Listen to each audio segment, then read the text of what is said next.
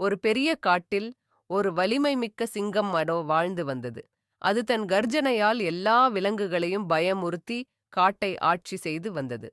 ஒரு நாள் சிங்கம் ஒரு பெரிய மரத்தின் அடியில் தூங்கிக் கொண்டிருந்தது.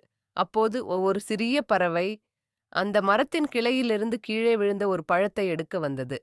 திடீரென்று பழம் சிங்கத்தின் மீது விழுந்தது. சிங்கம் கோபத்துடன் எழுந்து யாருக்கு இந்த தைரியம்? பறவை நடுங்கியபடி மன்னிக்கவும், மகாராஜா, நான் வேண்டுமென்றே இதை செய்யவில்லை.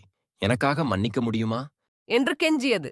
சிங்கம் அதன் தைரியத்தைப் பார்த்து ஆச்சரியப்பட்டது. நீ இவ்வளவு சிறியவை ஆனாலும் என்னிடம் மன்னிப்பு கேட்க தைரியம் செய்தாய். இது பாராட்டுக்குரியது. அன்றிலிருந்து சிங்கமும் பறவையும் நண்பர்களாகினர்.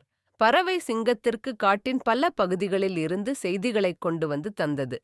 சிங்கம் அதை பாதுகாத்தது. ஒரு நாள் வெடர்கள் காட்டில் வலையை விரித்து சிங்கத்தை பிடிக்க முயன்றனர். பறவை அந்த ஆபத்தை முன்கூட்டியே கண்டு சிங்கத்தை எச்சரித்தது மகாராஜா, தப்பி ஓடுங்கள். வேடர்கள் வருகிறார்கள். என்று கூறியது. சிங்கம் விரைவாக அந்த இடத்தை விட்டு ஓடியது. பறவையும் அதை வழிநடத்தியது.